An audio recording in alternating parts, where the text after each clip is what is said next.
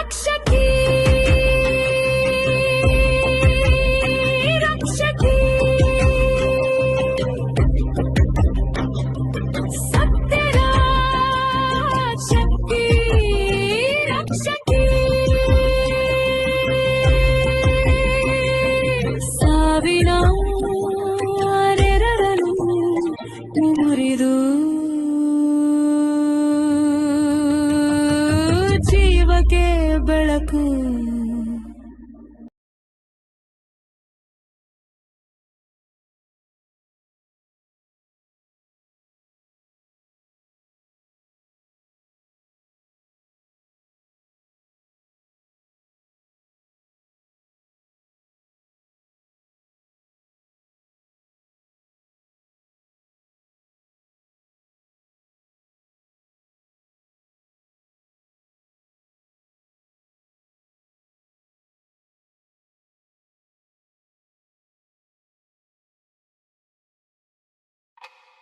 Sir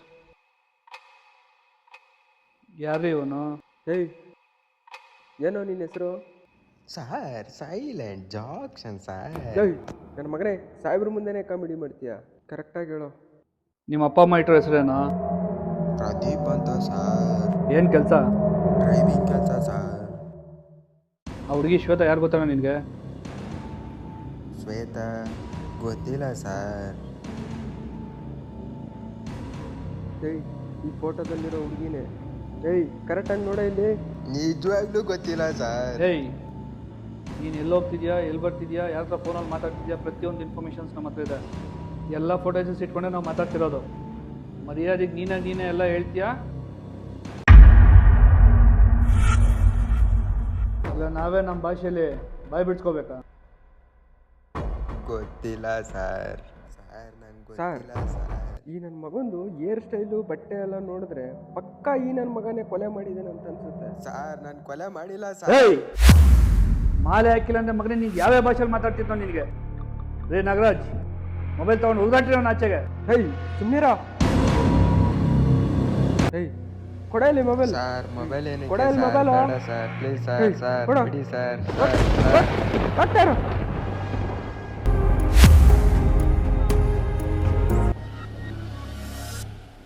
ಶ್ವೇತ ಏನಾಗಬೇಕಮ್ಮ ನಿಮ್ಗೆ? Friend ಆಗಬೇಕು sir. Last ಯಾವಾಗಮ್ಮ meet ಮಾಡಿದ್ರಿ ಶ್ವೇತನ? 3-4 ಡೇಸ್ ಬಿಫೋರ್ ನೋಡಿದ್ದು ಸರ್. ಮನೆಯಿಂದ ಒಂದು ಕಾಲ್ ಬಂತು ಅಂತ ಹೋದ್ಲು. ಆಮೇಲೆ ಆ ವಿಷಯ ಕೇಳಿ ಬೇಜಾರಾಯ್ತು ಸರ್. ಈ ಇನ್ಸಿಡೆಂಟ್ ಆದಮೇಲೆ ಶ್ವೇತ ಅವ್ರ ಫ್ಯಾಮಿಲಿ ಏನೋ ಕಾಂಟ್ಯಾಕ್ಟ್ ಮಾಡ್ದಮ್ಮ?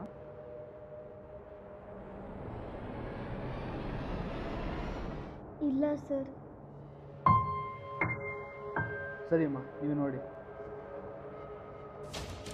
ಸರ್ ಅವ್ರು ಹೇಳಿ ಕಳಿಸಿದ್ರೆ ಬರಬೇಕಾಗುತ್ತೆ. ಓಕೆ ಸರಿ ಸರ್.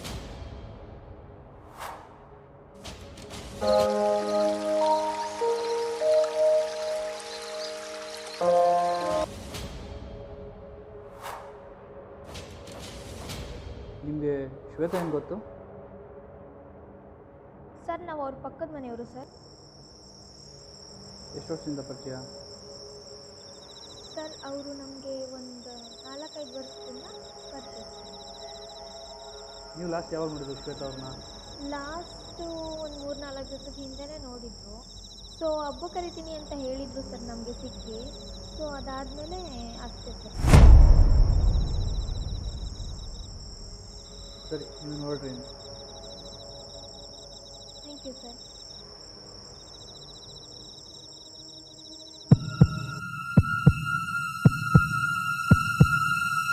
ಅಕ್ಕ ಹೇಗಿದ್ಯಾ?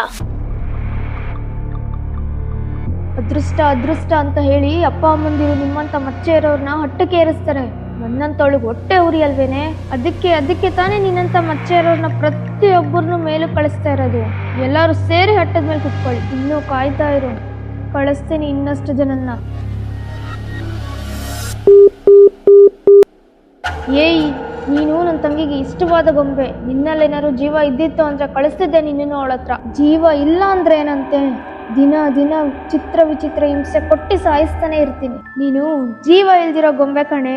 ನನಗೆ ಜೀವ ಇರೋ ಗೊಂಬೆನೇ ಬೇಕು. ಅದರಲ್ಲೂ ಅವಳ ಥರ ಮಚ್ಚೆ ಇರೋ ಗೊಂಬೆನೇ ಬೇಕು. ಸಾಯಿ ಸಾಯಿ ಸಾಯಿ. ವಾರದಲ್ಲಿ ಮಚ್ಚೆ ಇರೋರನ್ನ ಹುಡುಕಿ ಉಸಿರುಗಟ್ಟು ಸಾಯಿಸ್ಲಿಲ್ಲ ಅಂದರೆ ನನಗೆ ಸಮಾಧಾನನೇ ಆಗಲ್ಲ.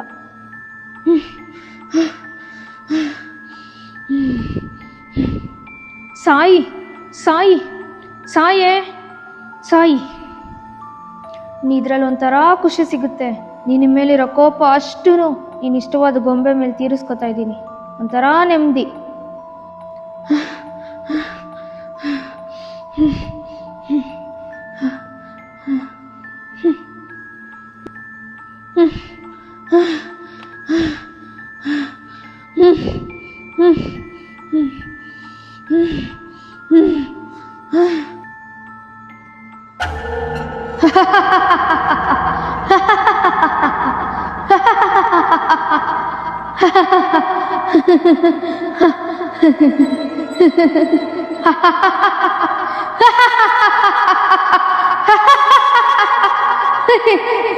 ಇದ್ರಲ್ಲಿ ಸಿಗೋ ಖುಷಿ ಯಾವುದ್ರಲ್ಲೂ ಸಿಗಲ್ಲ.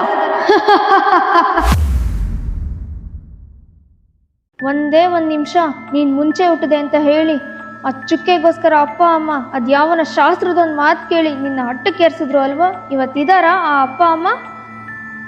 ನೀವು 3 ಜನನೂ ಮೇಲಕ್ಕೆ ಕಳಿಸಿದ್ದೀನಿ. ಕುಂತ್ಕೊಳ್ಳಿ ಅಲ್ಲೇ ಅಟ್ಟದ ಮೇಲೆ.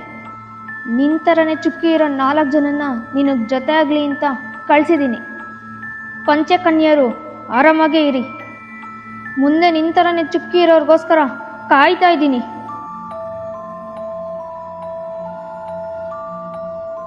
ಇನ್ನೂ 6ನೇವ್ರು ಸಿಗ್ಲಿಲ್ಲ ಅಂತ ನೀನು ಇಷ್ಟಪಟ್ಟಿರೋ ಗೊಂಬೆನ ದಿನ ದಿನ ಚಿತ್ರಹಿಂಸೆ ಕೊಟ್ಟಿ ಸಾಯಿಸ್ತಾ ಇದ್ದೀನಿ. ಜೀವ ಇದ್ದಿದ್ರೆ ನೀನು ಇಷ್ಟಪಡೋ ಗೊಂಬೆನೂ ಬಿಡ್ತಾ ಇರಲಿಲ್ಲ, ಕಳಿಸ್ತಾ ಇದ್ದೆ ನಿನ್ನ ಹತ್ರನೇ.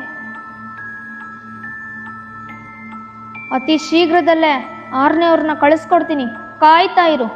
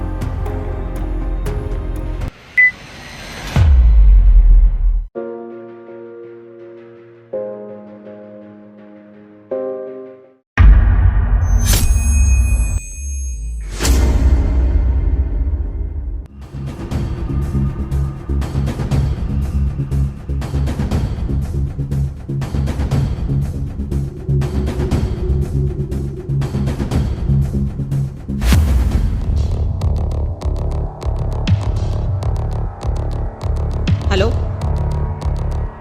ಒಂದು ಲೀಡ್ ಸಿಕ್ಕಿದೆಯಮ್ಮ, ಬೇಗ ಬಾ ಮನೆ ಹತ್ರ. ಓಕೆ.